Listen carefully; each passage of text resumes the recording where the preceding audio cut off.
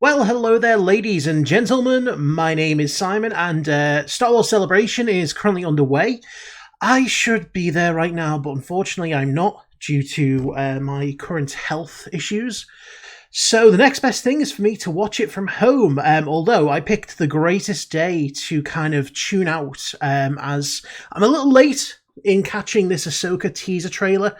I did see the news on Twitter about the new couple of films that were getting one Dave Filoni led, which is going to kind of culminate the story of The Mandalorian, I think. It was going to be set in that kind of time period.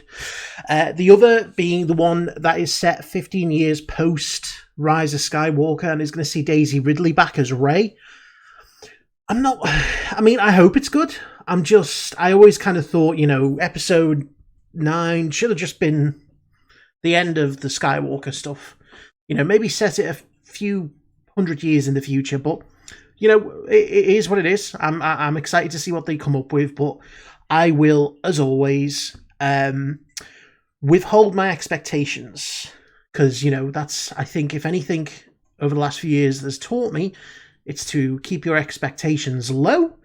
And, when something good comes out, you will be surprised.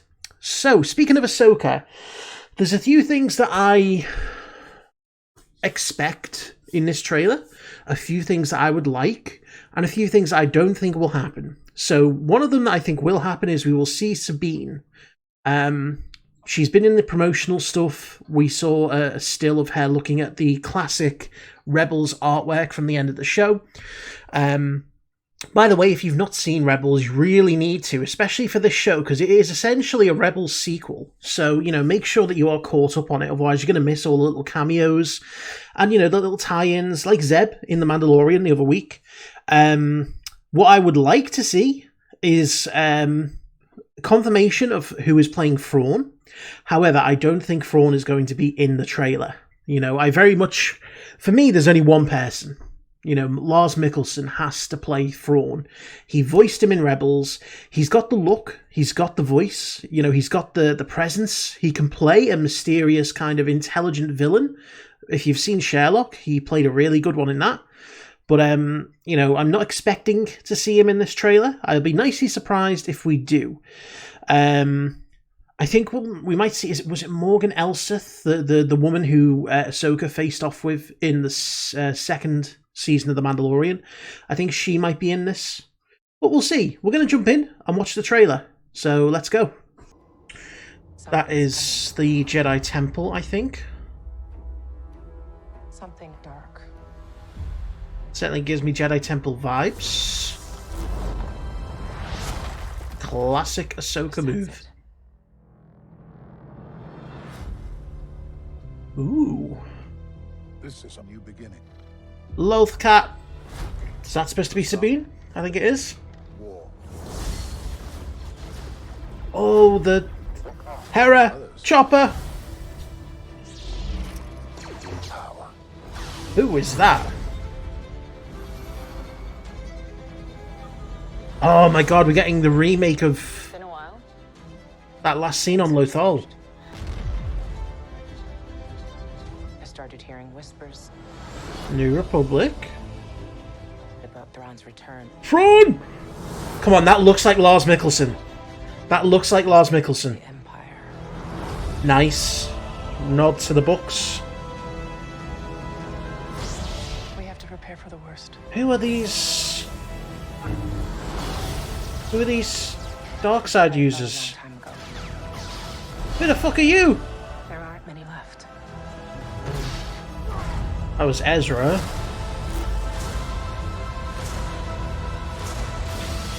Nice. Perhaps it is time to begin again.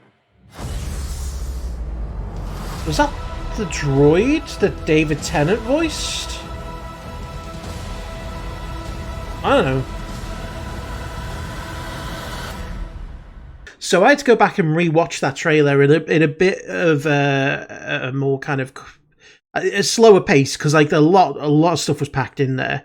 And my immediate feelings after this trailer are like, it looks good, but it feels so weird. Like, as someone who my first kind of experience of animated Star Wars was the Clone Wars and Rebels at the same time.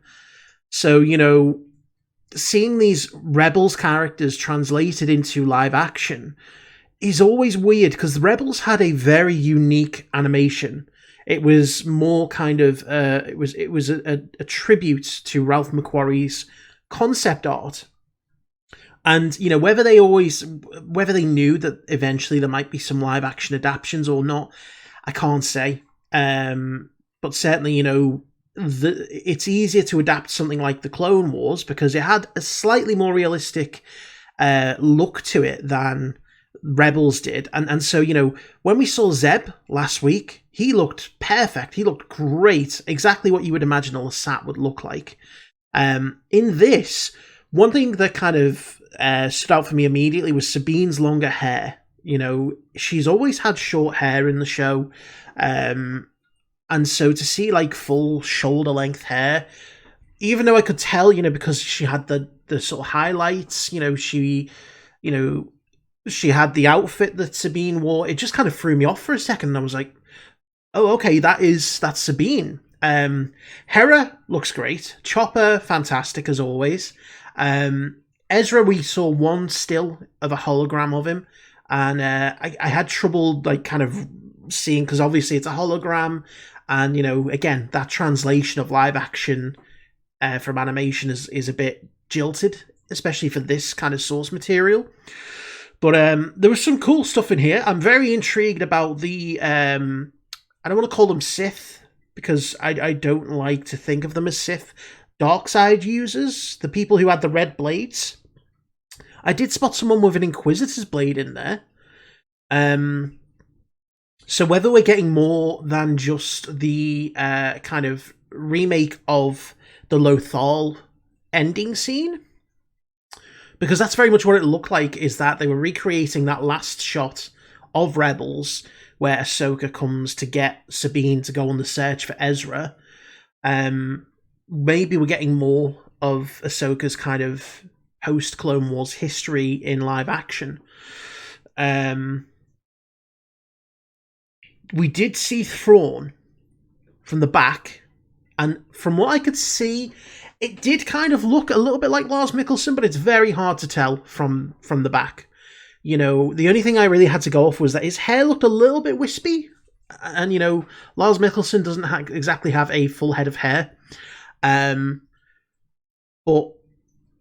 I'm going to have to reserve my judgment for that, and they're very cruel for just teasing it and not giving us like even a frontal shot. I don't necessarily need to hear the voice just to see something. So they were very cruel in that aspect. But yeah, I mean, there was lots of interesting visuals. It looked like we were in one of the temples.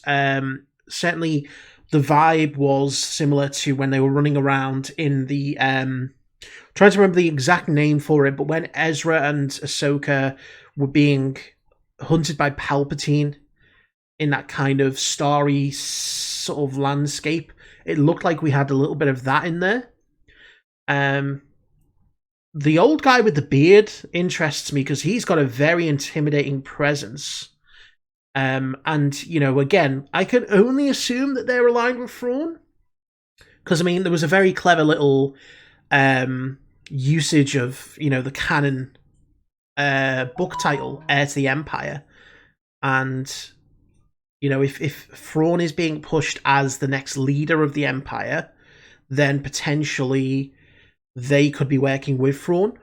I don't know. Maybe they're like some kind of Inquisitors that aren't Inquisitors. Who knows? But it's going to be exciting because it's all new.